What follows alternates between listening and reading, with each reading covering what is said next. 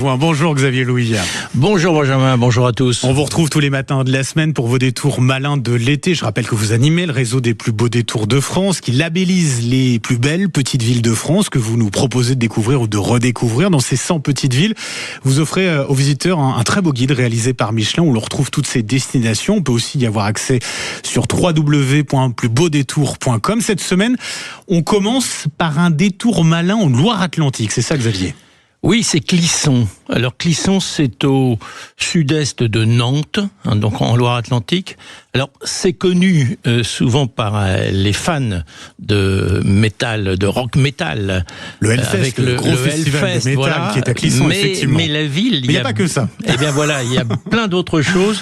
Alors effectivement, c'est une ville qui a un air de Toscane.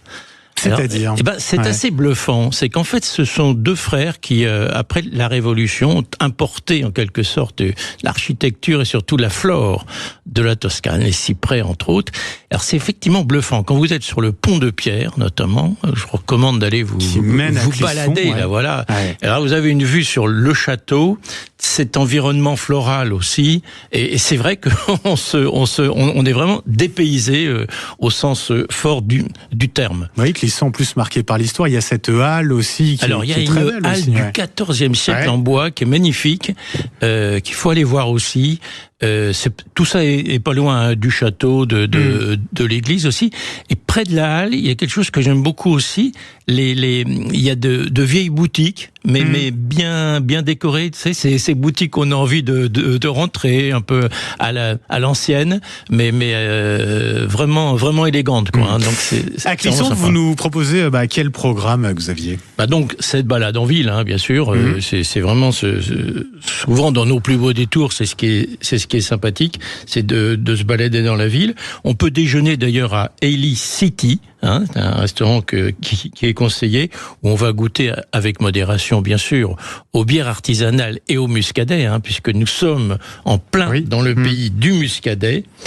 Et puis, l'après-midi, on peut aller justement voir le parc où est organisé le Hellfest, parce que ça se visite toute l'année. C'est un parc de 13 hectares avec des sculptures qui sont adaptées au lieu et à l'événement. C'est assez original, pour tout dire. Et puis le soir, puisque là, on vous propose carrément un week-end malin, on peut aller au Best Western, qui s'appelle la Villa Saint-Antoine, à la fois pour y dîner, puisqu'on a une très belle vue sur le château, sur le pont, et puis bien sûr y passer la nuit. Un week-end malin à Clisson, ça c'est pour le programme de samedi. Le lendemain, dimanche, qu'est-ce qu'on peut faire ?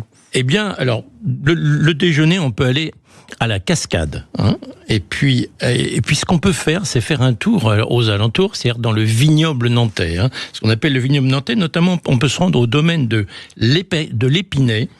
Et on a une rencontre avec les vignerons. Ça aussi, ça fait partie pendant les vacances, c'est de rencontrer des agriculteurs, bien sûr, des vignerons, visiter des chais, se faire expliquer un peu le produit. C'est passionnant, c'est des choses à faire en famille.